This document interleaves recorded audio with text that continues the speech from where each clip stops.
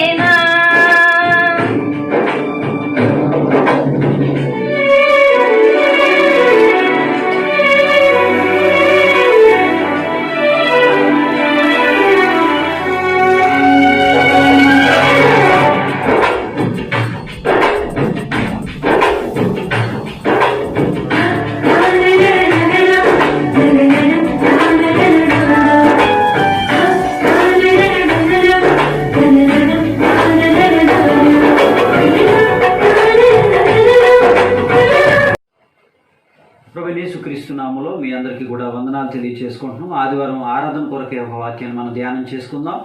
మీతో బైబిల్ గ్రంథం ఉన్నట్లయితే విలాప వాక్యాలు 3వ అధ్యాయము 31-32 వచనాలు దేవుని వాక్యం నుంచి మనం చదువుకుందాం.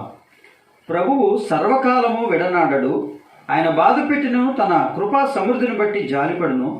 హృదయపూర్వకంగా ఆయన నరులకు విచారమునైనను బాధనైనను కలుగా చేయడు.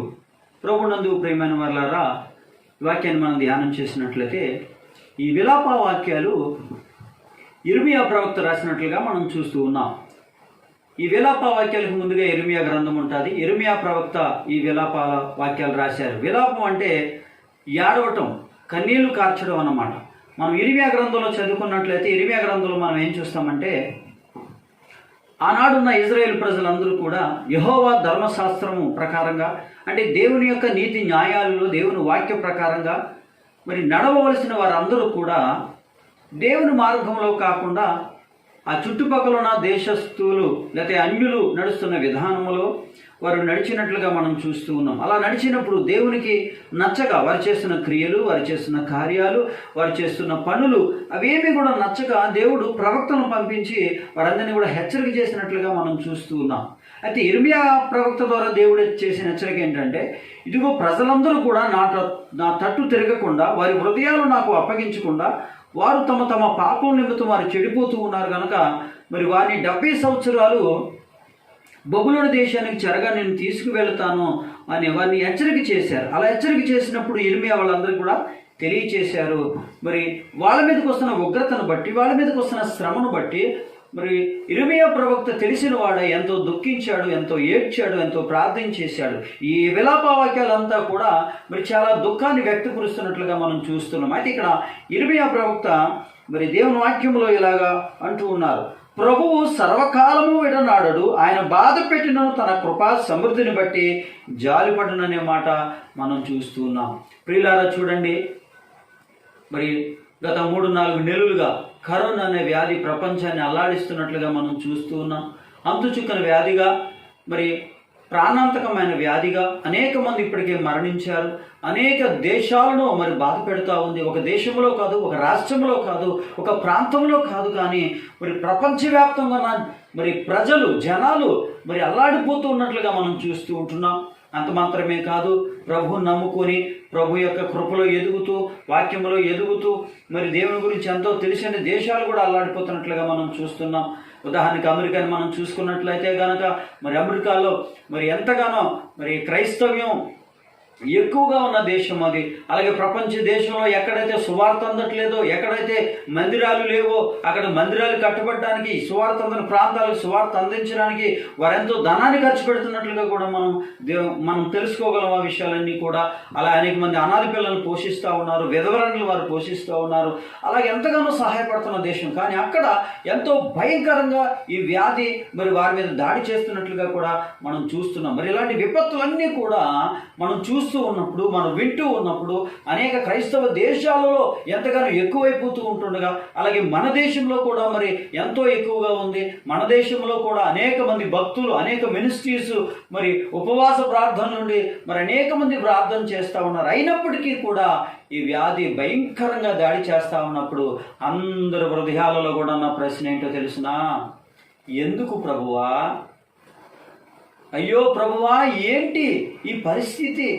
ఆరాధన చేసుకోవడానికి లేదు కదా, మందిరాలకు వెళ్ళడానికి లేదు కదా, ఇంతకు ముందులాగా స్వేచ్ఛగా స్వతంత్రంగా బయట తిరగడానికి లేదు కదా, అయ్యా ఇంత ప్రార్థన చేస్తున్నాం కదా, ఇంత కన్నీరు కారుస్తున్నాం కదా, ఎందుకు ప్రభువా అని మనం అడుగుతూ ఉంటాం. అయితే దేవుని వాక్యములో ఇక్కడ రాయబడిన లేఖనాలు మనం జ్ఞాపకం చేసుకున్నట్లయితే, ప్రభువు సర్వకాలము విడనాడడు, ఆయన బాధ పెట్టినను, ఆయన శ్రమ పెట్టినను, ఆయన కృపా సమృద్ధి కలిగిన దేవుడు కనుక ఆయన మరలా జాలి చేసుకుంటాడనే మాట మనం చూస్తూ ఉన్నాం. అయితే ఎందుకు ప్రభువా అని మనం అడిగితే కనుక అలా అడిగే హక్కు కానీ అధికారం కానీ మనకే లేనే లేదని ప్రభుపేట మీకు మనం చేస్తూ ఉన్నాం. ఇక్కడ దేవుని వాక్యములో ఎందుకు అంటే కనుక మనం చూడండి, ఇంకా ముందుకి కొన్ని లేఖన భాగాలు మనం చదువుకున్నట్లయితే ఈ విలాప వాక్యాలు 3:40 వచనంలో ఇలాగుంది, మన మార్గములను పరిశోధించి తెలుసుకొని మనము యెహోవా తట్టు తిరుగుదాము. ఆకాశమందున్న దేవుని తట్టు మన హృదయమును మన చేతులను ఎత్తుకొందుము. మేము తిరుగుబాటు చేసిన వారము, ద్రోహులము. నీవు మమ్మును క్షమింపలేదు. కోపము ధరించుకొని వాడువై నీవు మమ్మును తరుముచున్నావు, దయతలచక మమ్మును చంపుచున్నావు అని అక్కడ లేఖన భాగాల్లో మనం చూస్తూ ఉన్నాం. కనుక ఎందుకు ప్రభు అని అడిగేదానికంటే కూడా ఇక్కడ భక్తుడు తెలియచేస్తూ ఉన్నాడు, మన మార్గాన్ని పరిశోధించుకుందాం.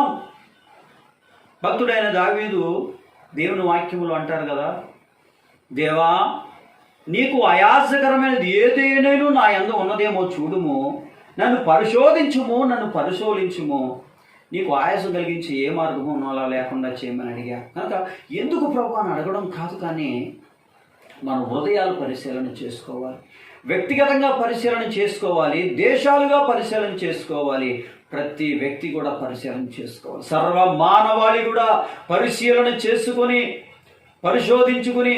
అక్కడ అంటారు కదా దేవుని వాక్యంలో, మన మార్గాలు పరిశోధించి తెలుసుకొని మనం యెహోవా తట్టు తిరుగుదాం. దేవుని తట్టు తిరగకుండా ఆనాడు 70 సంవత్సరాలు ఎందుకు చెరగ వెళ్ళారు, ఎందుకు ఇబ్బందులోకి వెళ్ళారు, ఎందుకు కష్టంలోకి వెళ్ళారు, ఎందుకు నష్టంలోకి వెళ్ళారు, ఎందుకు మరణకరమైన వ్యాధి మరణకరమైన పరిస్థితులు ఏర్పడ్డాయంటే వారు దేవుని తట్టు తిరగలేదు గనక, దేవుని నీతి న్యాయాలలో తిరగలేదు గనక దేవుడు హెచ్చరిక చేశాడు. దేవుని వాక్యం అంటది, ఆయన బాధ కలిగించినను బాధ పెట్టినను ఆయన సర్వకాలము విడనాడేవాడు కాదు అనే మాట అక్కడ మనం చూస్తున్నాం. కనుక ఈ కరోనా వ్యాధిని బట్టి చాలామంది బెంగపడిపోతూ ఉన్నారు. అయ్యో ఏమవుతుందో భవిష్యత్తు, ఇప్పుడు ఇంకా స్కూళ్ళు తెరవలేదు, పిల్లల భవిష్యత్తు ఏమవుతుందో, ఈ విద్యా సంవత్సరం ఏమైపోతుందో, ఇది ఎప్పుడు ఆగుతుందో తెలియదు కదా, ఏమైపోతుందో అని మనం అనుకుంటున్నాం. కానీ ఎందుకు ప్రభు అనే దానికంటే మనల్ని మనం పరిశీలన చేసుకుని, మన హృదయాలు పరిశీలన చేసుకుని, సర్వజనులారా నా వైపు తిరగండి అనే దేవుని మాట తీసుకుని మనం ఆ వీరి వైపుకు తిరిగి, దేవుని భక్తులు కొంతమంది విపత్తులు జరిగినప్పుడు అన్నారు, అయ్యా మా పాపములు, మా పితరుల పాపములు క్షమించని దేవుని తట్టు తిరిగారు, గోనిపట్ట కట్టుకుని ఏడ్చి ప్రార్థన చేశారు. ఈనాడు క్రైస్తవుడు కొంటున్నా మనం చేసే పనేంటి? దేవుణ్ణి అడుగుతాం, ఎందుకు ప్రభువా, ఏంటి ప్రభువా ఇలా జరుగుతుందని దేవుని ప్రశ్నిస్తావు తప్ప నీ ఆత్మీయ జీవితాన్ని ప్రశ్నించుకోవా?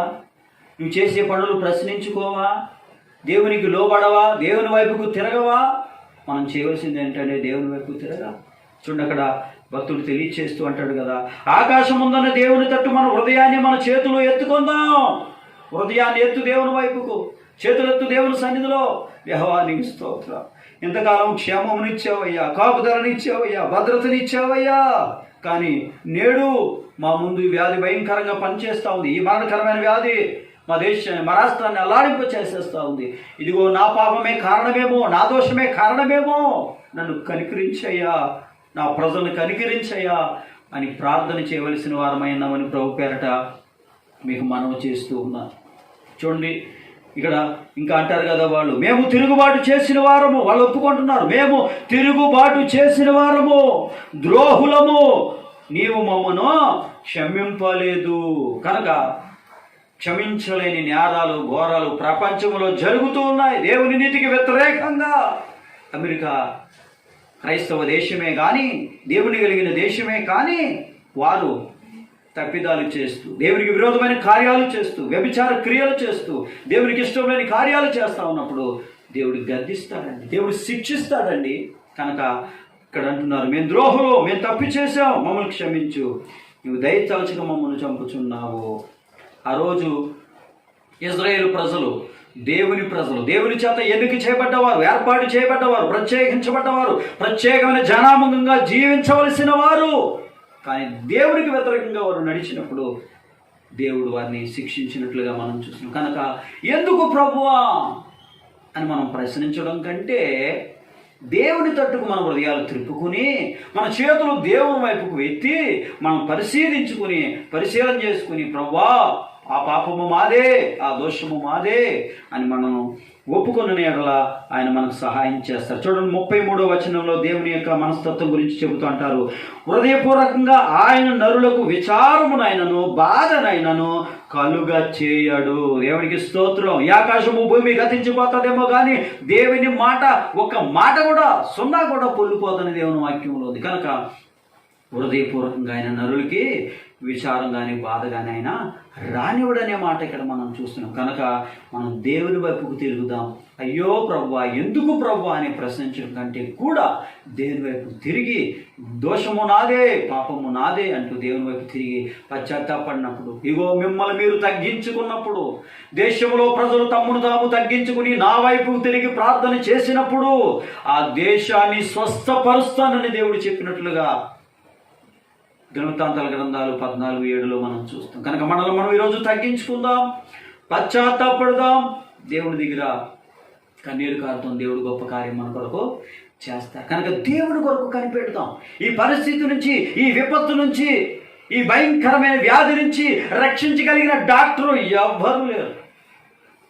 జనాలు బయట దేవుడి గురించి తెలియని వారు అంటున్నారు, ఏ దేవుడు రక్షించట్లేదండి, ఏ దేవుడు రక్షించట్లేదు, దేవుడు కూడా భయపడి గుడి మోతేసేసారండి అని అంటున్నారు.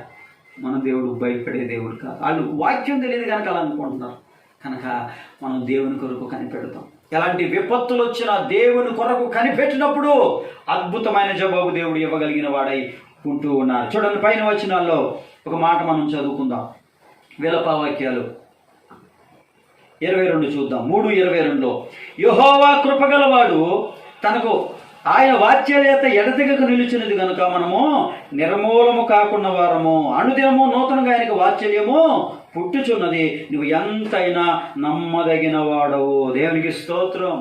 కనుక ఆయన కొరకు కనిపెట్టుకుందాం. ఎందుకంటే ఆయన వాత్సల్యత గలవాడట, ఆయన కృప కలిగిన దేవుడట. అలాగే దినదినము ఆయనకు తన ప్రజల మీద వాత్సల్యము పుట్టుచున్నదంట.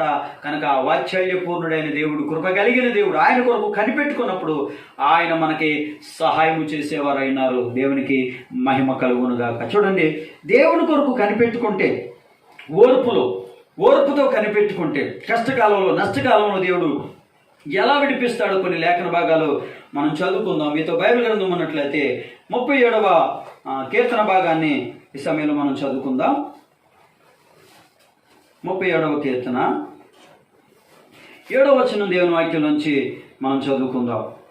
యెహోవా ఎదుట మౌనముగా ఉండి ఆయన కొరకు కనిపెట్టుకొనుము, తన మార్గమును వర్ధిల్లవని చూసి వ్యసన పడకము, దురాలోచనలు నెరవేర్చుకోనని చూసి వ్యసన పడకము. చూడండి, ఇక్కడ భక్తుడైన దావీదు అంటున్నారు కదా, యెహోవా ఎదుట మౌనముగా ఉండి, యెహోవా ఎదుట మౌనముగా ఉండి ఆయన కొరకు కనిపెట్టుకొనుము.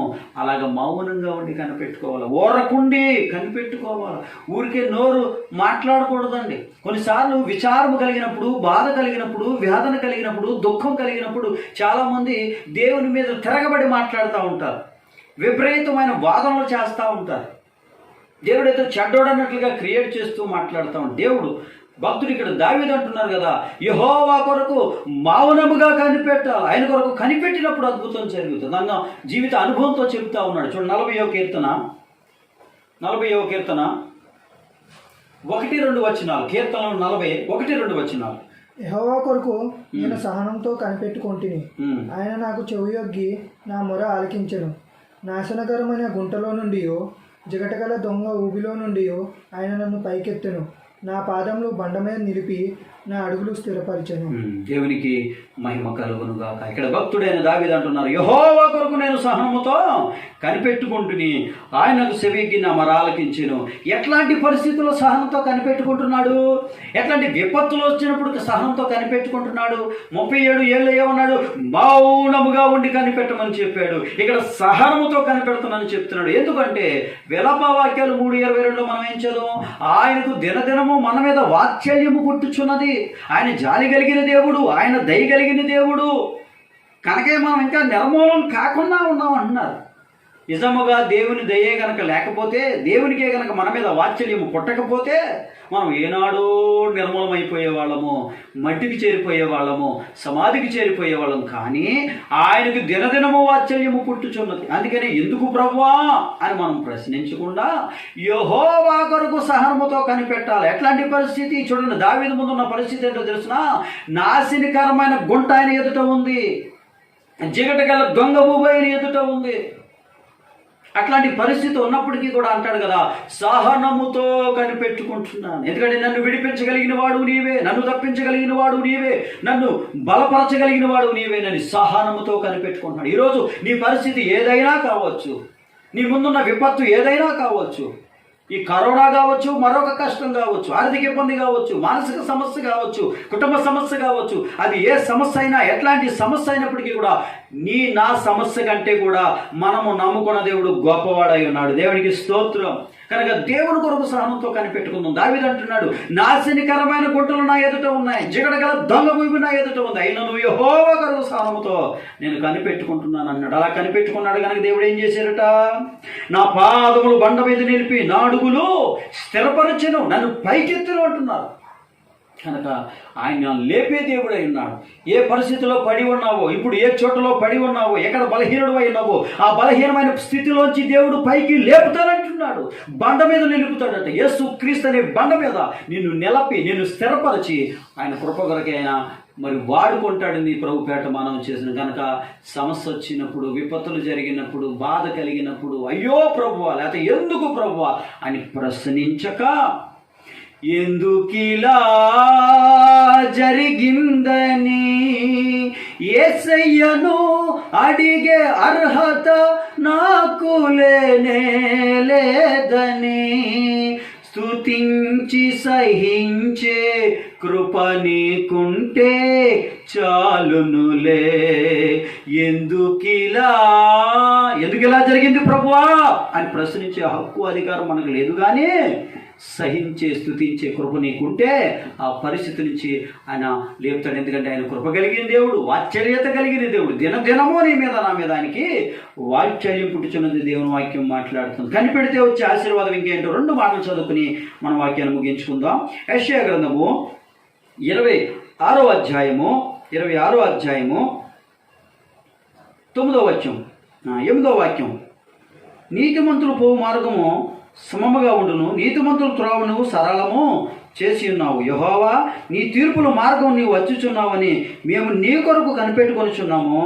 మా ప్రాణము నీ నామమును నీ స్మరణను ఆశించుచున్నది. కనుక యెహోవా కొరకు, ఆయన కొరకు మనం కనిపెట్టినప్పుడు అద్భుతమైన విధానములు ఆయన సహాయం చేస్తారు. ఆయన తీర్పుల కొరకు కనిపెడుతున్నామంటున్నారు ఆయన. కనుక దేవుడు న్యాయముగా తీర్పు తీర్చే దేవుడు కనుక ఆయన ఎదుట పశ్చాత్తాపడినట్లయితే కనుక, ఆయన కొరకు కనిపెట్టుకున్నట్లయితే కనుక ఆయనను బలపరుస్తారు. 33వ అధ్యాయం, యెషయా గ్రంథం 33వ అధ్యాయము 2వ వచనాన్ని మనం చదువుకుందాం. యెహోవా నీ కొరకు కనిపెట్టుచున్నాము, మాయందు కనుకరించుము. ఉదయకాలమున వారికి బాహువుగాను, ఆపత్కాలమును మాకు రక్షణ దారముగాను ఉండుము. దేవునికి స్తోత్రం. ఇజ్రాయేల్ ప్రజలందరూ ప్రార్థన చేస్తూ, అయ్యా నీ కొరకు కనిపెడుతున్నామయ్యా, నీ కొరకు కనిపెట్టినప్పుడు నీ బాహువు మాపై చాపుతావయ్యా, రక్షణ ప్రాకారముగా నువ్వు మాకు ఉంటావయ్యా అని అంటున్నారు. అలాగనే దేవుడు మరి విడిపించినట్లుగా కూడా ఇజ్రాయేల్ ప్రజలు మనం చూస్తున్నాం. అందుకని దేవుని వాక్యం విలాప గ్రంథం మరి 31-30లో ఏమన్నారు? సర్వకాలం ఆయన విడనాడడు, ఆయన బాధ పెట్టినను ఆయన కృపా సమృద్ధి కలిగిన వాడు కనుక తిరిగి మరలా ఆయన కృప చూపించి లేవనెత్తుతాడు. కనుక ఈ కరోనా పరిస్థితి మార్చబడబోతా ఉంది. నీ ఇంట్లో లేకపోతే నీ వెంట్లో లేకపోతే నీకున్న పరిస్థితి కూడా మార్చబడబోతుంది. ఆయన సర్వకాలము విడనాడు. కనుక నిరీక్షణ గలవారమై, ఆశ గలవారమై యెహోవా కొరకు కనిపెడదాం, దేవుని కొరకు కనిపెడదాం. మన పరిస్థితి మార్చగలిగిన వాడు, మన స్థితిగతులు మార్చగలిగిన వాడు, మన తలరాత మార్చగలిగిన వాడు దేవుడు మాత్రమే. ఆయన కొరకు కనిపెట్టుకుందాం, ఆయన సన్నిధిలో ప్రార్థన చేసుకుందాం. దేవా నా హృదయాన్ని పరిశీలించు నాయన, నా మార్గాలు పరిశోధించు నాయన, నా తప్పిదాలు ఒప్పుకుంటున్నాను ఆయన అని మనం కప్పికోకుండా ఒప్పుకున్నట్లయితే కృప చూపించి, దయ చూపించి ముందుకు నడిపిస్తారు. దేవుడి మాటలు దీవించునుగాక. ప్రార్థన చేసుకుందాం. మహాపరిశుద్ధుడా యేసు ప్రభువా నీకు వందన. కృపా సమృద్ధి కలిగిన మా తండ్రి మీకు వందన. ప్రభువు సర్వకాలము విడనాడడు, ఆయన బాధ పెట్టిన కృపా సమృద్ధి గలవాడు గనక విడిపిస్తాడనే మాట మాతో మాట్లాడు కనుక ప్రభువా, నేడు మా ముందు మేము ఎదుర్కొంటున్న విపత్తులు బట్టి, కష్టాలు బట్టి, శ్రమలు బట్టి, బాధలు బట్టి ఎందుకు ఇలా జరుగుతుందని ప్రశ్నించగా ప్రభువా, మా హృదయాలు నీ తట్టు తిప్పుకొని, మా చేతులు నీ తట్టు ఎత్తుకుని, మమ్మల్ని మేమే పరీక్ష చేసుకుని ఒప్పుకొని ప్రభువా నీ కొరకు కనిపెట్టుకుని, దావీదు ఎలాగైతే జిగటగల దొంగ ఊబి నాశనకరమైన గుంటలో ఉన్నప్పటికీ కూడా సహనంతో కనిపెట్టుకున్నాడు, అతను పరిస్థితిని నువ్వు ఎలాగైతే బండ మీద నిలిపిస్తావు, మా పరిస్థితి కూడా మారుస్తామనే విశ్వాసంతో ముందుకు సాగడానికి మాకు సహాయం చేయండి. ఈ వాక్యం వింటున్న బిడ్డలందరిలో కూడా ప్రభువా మారు మనసు కలిగించారు. ప్రతి ఒక్కరు నీ వైపు తిరగలుగునట్లుగా సహాయం చేయండి. నేడు వారు ఎదుర్కొన్న ప్రతి పరిస్థితిని బట్టి కూడా నీకు అప్పగించుకుని, సహనంతో నీ కొరకు కనిపెట్టుకుని, మౌనముగా నీ కొరకు కనిపెట్టుకుని గొప్ప జవాబు పొందుకున్నట్లుగా మాకు సహాయం చేయండి. గోరు కృపా సమృద్ధి గలవాడు, వాత్సల్యం గలవాడు కనుక మేము నిర్మూలం కాకుండా వారం కనుక అందుని బట్టి మీకు వందనాలు, స్తోత్రాలు. దేవా, బిడ్డలందరినీ దీవించి ఆశీర్వదించి మేలు చేయమని, నీ కృప సమృద్ధిగా మాకు దయచేయమని యేసయ్య నామములో ప్రార్థిస్తున్నాము తండ్రి, ఆమేన్. అందరికీ వందనాలు. దేవుడు మిమ్మల్ని, మీ కుటుంబాలు సమృద్ధిగా దీవించుగాక. ఆమేన్.